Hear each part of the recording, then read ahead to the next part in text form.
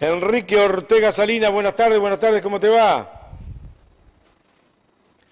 ¿No estás muteado? Enrique, ¿estás muteado vos? Ahora sí, se recomienda encender el No, micrófono yo no antes tengo de... audio, Florencia.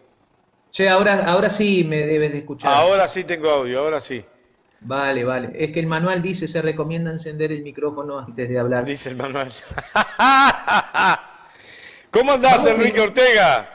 Algo de lo que vos Excelente. me diste pasé y algo de lo que vos me diste con niño no quise pasar porque hay figuras de niños allí Ah, sí, sí, sí, sí. en Bueno, esa feria. sí, donde es curioso que en una escuela rural, creo que es rural, si no me equivoco, se esté haciendo una muestra y dentro de esas muestras había algo que yo creo que eran boinas con los Una distintivos boina de Por la Patria y otra de Somos Uruguay. de un solo Uruguay. Para que le recortamos el video y lo vamos a pasar. Dame 10 segundos. Tiralo, O Florencia. las fotos, yo les mandé las fotografías por lo menos, junto con el video, Sacame a ¿vale? mí y pone a Enrique. Ahí está Enrique. Vale, perfecto. Yo no las veo porque estoy conectado por el Zoom. Yo me imagino que a esta hora Graciela Bianchi estará haciendo un pedido de informes porque se estaría violando la laicidad. O sea, me imagino que lo estará haciendo como corresponde, ¿verdad? En fin. Ando con las maletas. Sindical no creo que lo haga. Vamos a ver. Confiemos en las instituciones republicanas y democráticas de nuestro país sustentadas por este gobierno. Yo Tengo confío, las... no confío en algunos elementos del gobierno. Mirá, tengo las maletas listas, me voy a Brooklyn. Quiero ir a darle un abrazo fraterno al héroe que le robó joyas por valor de $1.000.000 al obispo Lamor Whitehead, creo que se pronuncia así, Whitehead, porque el que roba a un ladrón tiene 100 años de perdón. Y lo habrás visto, digo, tú ya pasaste ese video, ¿verdad? Lo pasamos ya el video, sí. Un héroe, un genio total. Además con la tranquilidad con que lo hizo. Genial, genial. Digo, completaría todo esto, estaría mejor si donara ese dinero entre los pobres, cosa que sería mucho pedir. Pero mira, confío más en que ese ladrón reparta por lo menos una parte entre los pobres a que lo haga uno de estos obispos evangélicos de Estados Unidos. Primero quiero liquidar una serie de temitas menores, si te parece, luego pasar a un tema mucho más trascendente, porque hoy es 28 de julio. Pero vamos a los temas menores. El ministro de Educación y Cultura, Da Silveira, ha dicho lo siguiente: lamentablemente se ha creado una industria del escándalo político. Lo dijo porque, como ha sido citado al Parlamento a dar declaraciones sobre el tema del plagio y tal, un tema realmente menor. Él dijo eso, entonces, se ha creado una industria del escándalo político. Yo quiero corregir esas expresiones. ¿No será acaso que este gobierno ha creado una industria a partir de la política? ¿O que han tomado a la política como una industria y que todos los días nos dan insumos, materia prima, de manera totalmente gratuita para que se generen esos escándalos? O sea, nosotros no tenemos la culpa de que cuando, por ejemplo, surgió el tema del lavallato, el escándalo de Odebrecht, que pagaba sobornos a varios países a través del mundo para ganar licitaciones, contrataciones, no tengo la culpa de que los que hoy están en el gobierno hubieran buscado con lupa cualquier indicio que lo llevara a acusar a alguien de los gobiernos frente amplistas de haber recibido coimas. Pero resulta que, de acuerdo con la investigación que se ha realizado por centenares de periodistas de todo el planeta, Uruguay es un caso único, es el único caso donde esta empresa, Odebrecht, no sobornó al gobierno, sino a connotados miembros de la oposición política, hoy oficialismo. Nosotros no tenemos la culpa de que Maya Sicurel, no sé si es pareja o expareja del ministro de Educación y Cultura. Yo pienso que sí, porque no le conviene políticamente, ya que ahora sí está. ¿Te acordás que por cuestiones formales no fue extraditada y ahora parece que sí tiene que ir a declarar, si no me equivoco, a Panamá? Bien, por todo este escándalo. Nosotros no tenemos la culpa de que el hermano del expresidente Julio María Sanguinetti, Betingo, creo que Dimos la noticia el otro día por acá. sí, no, estoy buscando el primer nombre de Betingo, Andrés Betingo Sanguinetti, que también estuviera hasta las manos. Yo creo que ese sí que no tiene cómo zafar de esto, ¿no? Que estuviera involucrado en el asunto. Y si hablamos de corrupción y hablamos de Panama Papers y Pandora Papers y paraísos fiscales y cosas raras, ¿quién es el que no falta jamás a la fiesta? Tírame un nombre. Sí, después me tiene que hacer una interrupción. Sí, claro, claro. Bueno, pero Después. entonces voy a acelerar esta parte. Quien fuera ministro de Luis Alberto Lacalle, una connotada figura del Partido Nacional, Ignacio de Posadas. Entonces, ¿es culpa nuestra que cuando no son ellos en forma indirecta la pelota pega en el palo y siempre es algún familiar? Bueno, hablando de Sanguinetti, también tenemos el caso del Cangrejo Rojo, aunque ya lejos en el tiempo, y ahora el hijo del expresidente es un alto jerarca también de este mismo gobierno. Dime lo que querías comentar. Que me llegó acá, lo llegué a ver ahí, sí. A ver, espera un poquito que agrande aquí. Pero yo te lo leo, te lo leo. Ah, sí, sí, sí, sí, sí, ahí está. Es el Twitter. ¿Qué son? Son boinas, ¿verdad? Desde la heroica al Olimar. Esto, vos dijiste una escuela rural, escuela de insólito en una escuela pública. Esta es la parte de la posición de trabajos en lana que se está llevando a cabo en este momento en el encuentro de escuelas rurales en Isla Patrulla, Ah, departamento entonces sí era 33. rural. Sí, Claro, era claro. rural. Y sabemos de dónde es la ruralidad, de qué zona.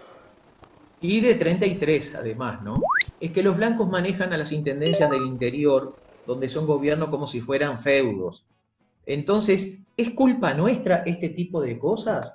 ¿Es culpa nuestra lo del buque chino, que lo detuvieron por pescar de manera ilegal y por desacato, y ahora tuvieron que reconocer que ni pesca ilegal ni desacato, porque todo lo que tenían estaban en cámaras congelados desde hacía mucho tiempo? O sea, lo habían pescado en ultramar, no cometieron ninguna ilegalidad, y ahora Uruguay seguramente se tenga que enfrentar a un juicio por daños y perjuicios y daño moral encima, y tengamos que pagar quién sabe cuántos millones de dólares por las metidas de pata, que es una hoy y otra mañana de parte de este gobierno. ¿Tenemos nosotros la culpa de que los penales sean antros de corrupción de las autoridades? Esto parece esta serie El Marginal, que no sé si no se inspiraron en los penales de Uruguay. Habrá visto el caso del ex director, espera un poquitito a ver si Serra es el nombre, al cual se le grabó, mejor dicho, lo grabó un mismo recluso, hablando sobre una comisión, negociando una comisión con él, con el recluso, y además por el arma que fue encontrada y que le pertenecía al Ministerio del Interior y que el recluso le dice dónde la va a dejar. O sea, todo arreglado. Este jerarca, el subcomisario, yo dije Serra, perdón, rectifico, es Sierra, también estuvo involucrado en la construcción de un parrillero que se mandó a ser el coordinador del establecimiento penitenciario, Anthony Vallejo, que fue cesado en el cargo. Eh, o sea, esto fue en Santiago Vázquez todo, ¿no? O sea, tenemos nosotros la culpa de todo este desorden de los que estaban supuestamente preparados para gobernar. Tenemos la culpa de todos los hechos de corrupción en todas las intendencias blancas, desde Rivera hasta La Valleja, o sea, cruzando todo el país, todos los desastres que hicieron. Tenemos la culpa de que se hayan comprado por 25 millones, creo que de dólares, sí, o que en euros llegaban a 25, algo así, aquellos aviones Hércules que estaban destinados a chatarra en España, O sea, ahí nos convertimos, si acá hacemos chistes de gallegos, en España estarán haciendo chistes sobre uruguayos luego de eso, ¿no? En definitiva, por ejemplo, estuvimos a punto de perder 400 millones de dólares hace pocos días por la ineptitud de los jerarcas. Tenemos la culpa de los hechos de corrupción, de nepotismo, de clientelismo político del Banco de Previsión Social. En fin, y digo, podría seguir largo y tendido hablando sobre esto, pero vamos a algo mucho más trascendente. Hoy es 28 de julio. Es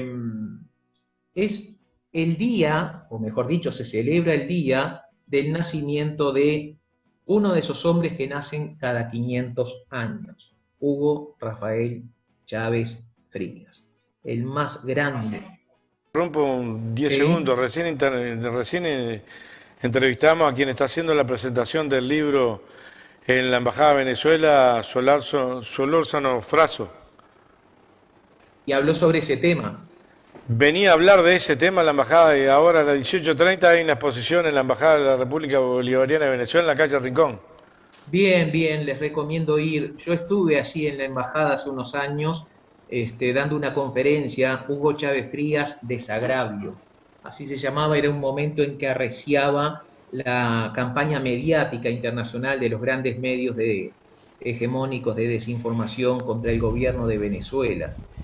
Pero mira, a mí no me importa el día en que nació una persona, tampoco me importa cuándo murió una persona, lo que me importa es cómo vivió esa persona. De todas formas, voy a citar algunas cositas, ¿no? Más que la fecha de nacimiento y más que la fecha de la muerte en el año 2013, yo prefiero recordar abril de 2002, una fecha que ningún latinoamericano, que ninguna persona perteneciente a los pueblos que buscan la libertad tendría que desconocer. Pero vamos por partes. Hugo Rafael Chávez Frías nació en La Sabaneta, en el estado de Barinas. Fue hijo de maestros de escuela, estudió la carrera militar y en 1992 lideró un alzamiento contra el criminal devenido presidente Carlos Andrés Pérez. Ese intento fracasó y cuando vio que iban a perder, él se presentó en los medios para decirle a todos los alzados en armas que los objetivos no se habían cumplido por el momento, por el momento. Y asumió toda la responsabilidad. Ellos no tienen nada que ver, yo soy el responsable, dijo. Ellos cumplían órdenes. Muchos venezolanos se sintieron conmovidos porque en toda la historia de Venezuela, ninguna persona pública jamás, ni por asomo, había asumido la responsabilidad por algo. No sé si esto tiene cierta similitud con el presidente de los uruguayos, ¿no? En fin. Y fue enviado a prisión. Esto fue en 1992. 2 años después fue liberado, o sea, en 1994, por el gobierno de Rafael Caldera, que lo indultó, y fundó el movimiento Quinta República. Esto fue en 1997. Abandonó las armas, adoptó la palabra y con la palabra sí no tuvo ni una sola batalla perdida. Bien, con la palabra fue invencible. En 2007, el movimiento Quinta República se fusionó junto a otros partidos para crear el Partido Socialista Unido de Venezuela, que lo dirigió él mismo hasta el año 2013. Ganó las elecciones de 1998, fue reelegido en el año 2000. En el año 2006, incluso él promovió una reforma constitucional que es ejemplar porque estableció el revocatorio. ¿Qué significaba? Que si a la mitad del mandato del presidente el pueblo estaba en desacuerdo, estaba desconforme con su gestión, se podía reunir las firmas adecuadas, necesarias, se convocaba a las urnas y si ganaba la postura en contra del gobierno, ese gobierno caía.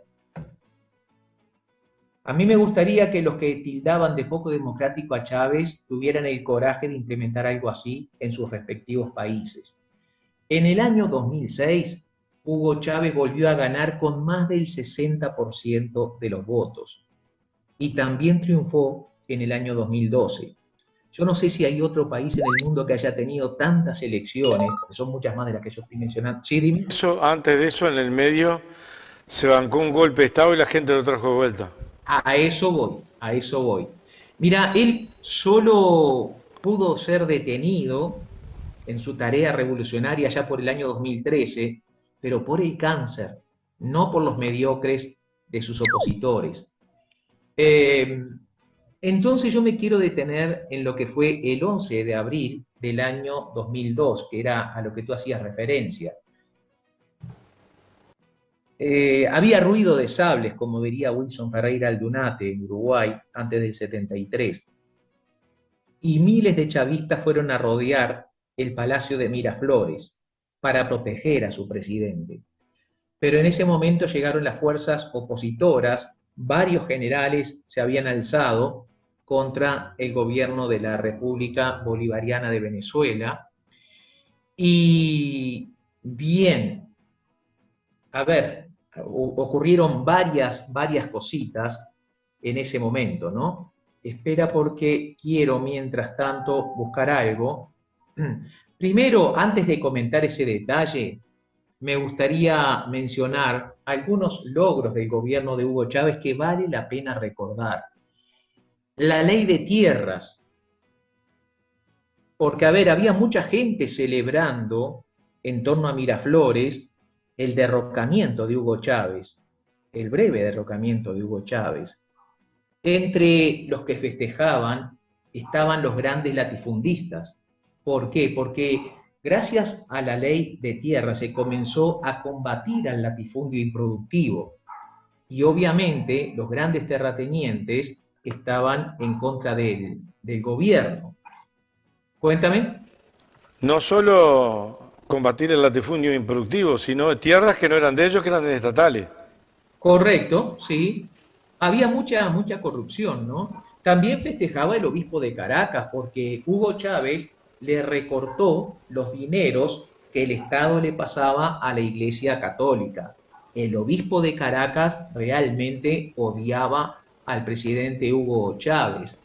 En la industria pesquera también había grandes empresarios que lo odiaban porque él instituyó la ley de pesca, exigiendo a esos industriales que realizaran su actividad, pero preservando la ecología, o sea, que explotaran los recursos histícolas, pero sin dañar el medio ambiente. Mira si tendrían ganas de tomarse semejante molestia. La ley de enseñanza le recortó los subsidios a la enseñanza, a la industria de la enseñanza privada, que yo no estoy en contra de la enseñanza privada, quiero aclarar, pero les recortó los subsidios para volcarlos a la enseñanza pública.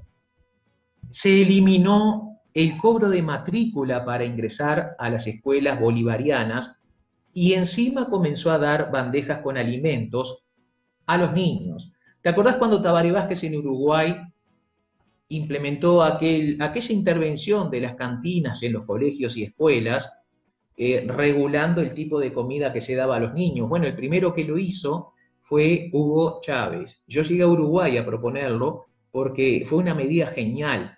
Con medidas como estas, por ejemplo, en Uruguay y en Venezuela, puede haber menos diabetes, ¿ya? Menos enfermedades de todo tipo, ¿no?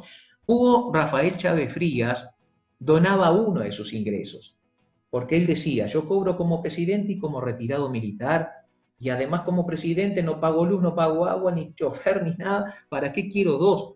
Entonces donaba uno de esos sueldos a 4 estudiantes pobres que iban a la universidad. Y era muy anecdótico porque cada poco tiempo los convocaba al Palacio de Miraflores, los ponía ahí frente a él a ver tus calificaciones. En matemáticas vas bien, en geografía vas bien, en tal cosa vas bien. ¿Por qué tienes historia baja? Y los muchachos le daban explicaciones y él les daba una clase de historia y los hacía enamorar de la historia, porque la historia es la base de la cultura. Él era un gran historiador, él era un amante de la historia. Y alguien dirá, un presidente, como diría Never Araujo, un presidente no puede hacer eso. Sí, pero tú te imaginas el impacto que habrá tenido esa experiencia en estos estudiantes. Era impresionante. El antecesor, perdón, de Chávez entregaba viviendas de 27 metros cuadrados. Él revirtió el número, los comenzó a entregar con 72 metros cuadrados, porque él entendía que se podía ser pobre, pero no por ser pobre le tenías que entregar algo que fuera indigno. Tenían que tener una vivienda digna. Había mucha gente, ex jerarcas de PDVSA y jerarcas actuales de PDVSA, que también estaban celebrando el derrocamiento, porque él comenzó a usar los dineros que generaba la industria petrolera para las obras sociales. Fue el creador de UNASUR, fue el creador de Telesur como contrapartida a la CNN y las grandes cadenas internacionales hegemónicas de desinformación, como yo le llamo. ¿Qué fue lo que no hizo? Sacó a millones de personas de la miseria. Gente de la clase alta le odiaba porque ahora el hijo del doctor fulano, el hijo del ingeniero mengano, tenían que soportar que el hijo de un campesino o de un zapatero estuviera en la butaca de al lado en la misma universidad. Por eso en uno de los múltiples atentados que realizó la oposición venezolana, destrozaron un hospital de niños llamado Simón Bolívar que había fundado Hugo Chávez, cosa que tuvo muy poquitita repercusión en la prensa internacional, por supuesto, ¿no? Atacaron las universidades creadas por él. O sea, nunca antes la gente pobre había pisado una universidad. Había millones de venezolanas y venezolanos que no tenían ni siquiera la cédula de identidad. Comenzaron a tener identidad oficial con este presidente que dignificó a los negros, a los indígenas, a las mujeres. Muchos médicos salieron a festejar el derrocamiento de Hugo Chávez, sobre todo aquellos médicos millonarios que estaban en contra de que el gobierno hubiera traído a médicos de Cuba para ayudar a cuidar y sanar a los enfermos de Venezuela. Ahora, ¿pero por qué se quejaban? Si previo a que vinieran los cubanos, Chávez hizo un llamamiento, querían médicos para ir a distintas regiones del país, y no se presentó nadie, porque eran zonas pobres, y de pronto llegan estos malditos cubanos y están dispuestos a salvarle la vida a un viejo de mierda por nada, en forma gratuita. Entonces, como dijo alguna escritora, alguna colega mía, la gente de piel blanca y gustos refinados, la que si le duele una muela va a Miami a hacérsela extraer, son los que se quejaban y son los que celebraban. Antes de Chávez se atendían a 10.000 diabéticos por año. Con Chávez presidente, 63.000 diabéticos. Celebraba la Casa Blanca porque Chávez no tenía pelos en la lengua y despertó siervos. Le quitó la cadena a los esclavos. Decía Ali I, un cantante popular venezolano, cuando caigan las mordazas, se romperán las cadenas. Y Hugo Chávez, sí, agrega por favor. Al día de hoy 3.500.000 viviendas gratis. En Venezuela, por supuesto. Venezuela, estoy hablando de Venezuela. Sí, yo no puedo dejar de hilar con Uruguay, donde se prometieron 50.000 viviendas. Pero fue en campaña electoral, dijo Irene. Sí, encima lo dicen. No, es increíble. Encima lo dicen. Yo no sé, creo que se defiende mejor callada esta mujer, ¿no? Vale. Celebra la Casa Blanca, entonces, porque él a Estados Unidos le llamaba el imperio norteamericano y criticaba su intervencionismo y le criticaba el estar detrás de cada golpe de Estado. Y decía que en Estados Unidos no había un golpe de Estado porque no había allí una embajada estadounidense. Y tenía con qué fundamentarlo, pero el mismo Kissinger, Henry Kissinger, confesó que los estadounidenses estuvieron detrás del golpe de Estado contra Salvador Allende en Chile en 1973. Y documentos desclasificados del Departamento de Estado reconocen que los norteamericanos estuvieron detrás del fraude electoral. ¿Qué razón tenía Wilson? De 1971, que le dio el triunfo a el Partido Colorado, que terminó instalando una dictadura entre 1973 y 1990. ¿Bien? 90. Y no soy ningún ignorante, yo sé por qué se los digo. Y por supuesto que mientras gobernó la derecha, espionaje mediante, hasta el año 2005, lo cual ya ha sido demostrado por la Fiscalía, demostrado por la Fiscalía. Por supuesto que fueron gobiernos pro-estadounidenses. Si no, los hubieran matado o los hubieran intentado enchastrar. No es casual que cuando en 2002 fue detenido, fue secuestrado Rafael Chávez Frías, dos de los militares, dos de los 5 generales que se lo llevaban, habían estudiado ¿en dónde? En la Escuela de las Américas. O sea que es totalmente estadounidense, aunque estuviera allí en Panamá, si no me equivoco, ¿verdad? Celebraba el Fondo Monetario Internacional. Apenas fue derrotado Hugo Chávez, a las 6 horas, menos de 6 horas, el presidente del Fondo Monetario Internacional llamó al líder del golpe de Estado ofreciendo toda su colaboración y asistencia financiera. Por eso digo, o sea, es importantísimo que estas cosas las refresquemos para que aquella gente que no domina mucho cómo se maneja esto de la cuestión política a nivel mundial termine de comprender. ¿Cómo no odiar a Chávez por parte del imperio si creó el ALCA? Perdón, se opuso al ALCA, lo mandó ALCA Gajo, ¿de acuerdo? ¿No? Junto con Rafael Chávez Frías y todo lo demás, Evo Morales. Exacto, creó la UNASUR, es muy cierto, creó el ALBA en contraposición al ALCA, y la UNASUR ya en materia con otros objetivos, pero en definitiva había un solo objetivo que era la unidad latinoamericana. Condenó al neoliberalismo. Voy a repetir por 50ª vez que el neoliberalismo no es una doctrina política ni económica, es un modus operandi. Le recordó a los humildes lo que dijo Juan Pablo II, y Chávez lo parafraseó: el neoliberalismo es el camino al infierno. Entonces, él sacó un paquete de leyes, 49 leyes, donde realmente se transformó al país. Cuando llegaron los golpistas, derogaron todas las leyes, justamente obedeciendo a los intereses de los sectores que yo te comentaba, y hasta le cambiaron el nombre al país, le quitaron lo de República Bolivariana.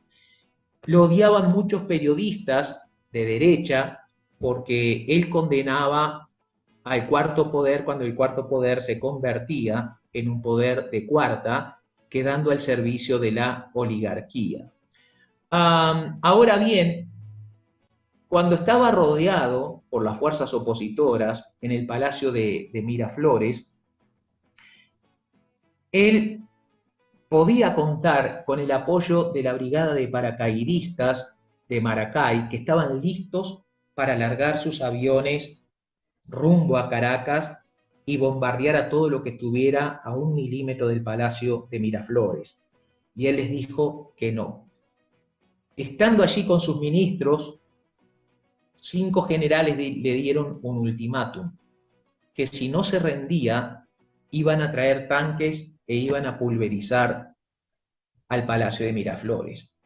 Chávez contaba con 2.000 soldados, 2.000 efectivos de la Guardia de Honor, la Guardia Presidencial, su guardia personal, alguna otra fuerza cercana, pero él razonó que hubiera sido, ganara quien ganara, hubiera sido una masacre, y encima había muchos defensores de él, civiles, que estaban allí, frente al Palacio de Gobierno, el Palacio de Miraflores. Entonces, llegaron estos 5 militares, él decidió entregarse, pensando bien, esto es un retroceso en el futuro reorganizaremos nuestras fuerzas. Estando ya preso, lo llevaron al fuerte Tiuna, lo pusieron en un cuarto y después de ciertas idas y venidas llegó un soldado, Rodríguez su apellido. Y esto te lo voy a repetir letra por letra, el diálogo que se entabló. El soldado entró, recostó la puerta, le habló en susurro, porque a pocos metros había un par de oficiales comentando lo que sucedía fuera del fuerte, ¿no? Y le dijo: con permiso, mi comandante, le hizo la veña, ¿me permite hacerle una pregunta? Claro, mijo, pregunta. ¿Es verdad que usted renunció a la presidencia? Porque todos los medios de prensa están diciendo que usted abandonó el cargo. Efectivamente, toda la prensa mundial decía que 58 generales se habían levantado contra el presidente, que todos los cuarteles de todo el país estaban en contra del gobierno. Entonces aquellos militares que estaban a su favor veían las noticias y decían: pero ¿cómo nos vamos nosotros a rebelar contra este golpe? Yo le voy a pedir a Clarita, ¿es la que sigue? Hoy le puedo robar unos minutos más, me gustaría terminar con esta historia que considero importante. Tú me dirás, tú sos el que manda. Combinemos con Clarita. Clarita, ¿me hace el aguante? Por favor. ¿Está ahí, Clarita? Bueno, mientras continúo, porque en un minuto... A ver si Clarita me escucha, dale entrada, a ver si me hace el aguante 5 o 6 minutitos, porque ya tiene otra reunión a las 7, pues, a ver. ¿Me hace el aguante, Clarita? Sí, no escuché, ahora sí, decime. Si me hace el aguante 5 minutitos más para que cierre Ortega. Sí, ¿y cómo me vas a hacer esa pregunta? Bueno. Adelante. Muy bien, comandante Clarita, así se habla. Te quiero comentar algo antes de lo del soldado Rodríguez, que está hilado con lo del soldado Rodríguez. Cuando Chávez estaba atrincherado allí en el Palacio de Miraflores, se acercó un hombre mestizo, de rasgos mestizos, con su esposa, también con rasgos mestizos, ¿no? Y él le dijo a su madre, que era la señora: váyase, vieja, váyase por favor, váyase que la cosa se complica. Y la respuesta fue: no, hijo, yo muero contigo. Cuando el soldado Rodríguez le hizo la pregunta fue la siguiente: ¿es verdad que usted renunció? Porque todos los medios internacionales están diciendo que usted abandonó el cargo. Y la respuesta, que te la voy a leer de un tramo de uno de mis libros: no, hijo, en ningún momento he renunciado. Yo me entregué ante 5 generales para evitar un baño de sangre.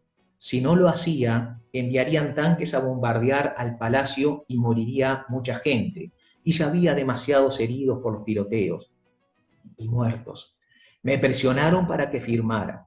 Me pusieron la hoja y el bolígrafo frente mío, mientras uno de ellos decía que había que matarme. Pero me negué, soy un prisionero. El soldado Rodríguez le hizo la veña y le dijo: entonces usted sigue siendo mi presidente. Esto tiene que saberse, mi presidente. Escríbame algo y déjelo en la papelera, que yo luego entro y lo retiro cuando usted se vaya. Y el muchacho se fue. Y Chávez escribió en un papel: a quien pueda interesar, soy el presidente de la República Bolivariana de Venezuela. Ese papel lo dobló y lo puso dentro de la papelera, en la parte más baja, medio oculta la nota. Pero tal vez pensando: ¿y qué podrá ser este muchachito, no? Bueno, ese muchachito hizo que aquel mensaje cruzara todo el planeta como un misil. Y por aquí y por allá llegó a saberse. La hija de Chávez habló con Fidel, Fidel le habló al mundo. Entonces se supo que Chávez estaba secuestrado y llegó la orden de ejecutarlo. se lo llevaron a una playa. Estaban los militares que iban a cumplir la orden y en medio de la noche apareció otro grupo liderado por un soldado indígena que dijo: un momento, si matan a este hombre nos van a tener que matar a todos. Y por aquí y por allá comenzó la rebelión. Y del Cerro Ávila, que no es un cerro, es una cadena montañosa, comenzaron a bajar más de 6 millones de venezolanas, de venezolanos, de viejos, de niños, para exigir que le devolvieran con vida a su comandante. Y se asustaron los golpistas, se asustaron y se lo tuvieron que devolver. Carmona el Breve, Pedro Carmona, que dirigía la Federación de Cámaras de Comercio, tuvo que salir huyendo. Sí, exacto. Tuvo que salir huyendo, dejando tirada por ahí la banda presidencial, Made in Spain, hecha en España, detalle no poco menor.